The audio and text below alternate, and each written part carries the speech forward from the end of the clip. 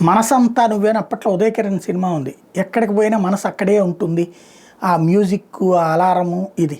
అట్లాగే ఇప్పుడు క్యాబినెట్ మీటింగ్‌కి వెళ్తుండటం, అక్కడ కూర్చోవడం, మాట్లాడుతుండటం, తగిన గౌరవం స్వీకరించడం, ఆ పైన నేర్చుకుంటుంటాం. ఇదే మనసు ఉంటుంది పవన్ కళ్యాణ్‌కి. ఓ పక్కన జ్వరం, వైరల్ ఫీవర్, రెండో పక్కన స్పాండిలైటిస్ లాంటి ప్రాబ్లంతో ఇబ్బంది పడుతున్నటువంటి పవన్ కళ్యాణ్ వాస్తవంగా తను రాజకీయాల్ని కాకుండా ప్రభుత్వాన్ని ఆకలింపు చేసుకుంటారు. రాజకీయాన్ని ఆల్రెడీ నేర్చేసుకున్నాడు. నేర్చేసుకోవడం వల్లనే మొన్నటిసారి పొత్తు పెట్టుకోవడం, 21 స్థానాలని గెలుచుకోవటం, అదే సందర్భంలో జగన్ని లెగవనివ్వకుండా చూడటం, వరుసబెట్టి జగన్ని దెబ్బ కొట్టేటందుకు ఎత్తు మీద ఎత్తు వేస్తూ ఉండటం, అదే సందర్భంలో తెలుగుదేశం పార్టీకి ఎక్కడ చెక్ పెట్టాలి, తను ఎట్లా ఎదగాలి, ఇవన్నీ వ్యూహాత్మకంగా చేసుకుంటూ వెళ్తున్నాడు. తద్వారా రాజకీయం ఆకలింపు చేసుకున్నాడు, నేర్చేసుకున్నాడు, ఎత్తులు పై ఎత్తులు వేసేస్తున్నాడు. ఇప్పుడు కావాల్సింది ప్రభుత్వాన్ని నేర్చుకోవడం. భవిష్యత్తులో ముఖ్యమంత్రికి అభ్యర్థి కావాలంటే అధికారులతో ఎట్లా మాట్లాడాలా, అలాగే మంత్రులతో ఎట్లా మాట్లాడాలా, క్యాబినెట్లో ఎట్లా మాట్లాడాలా, వాళ్ళు ఎలా చెప్తారు,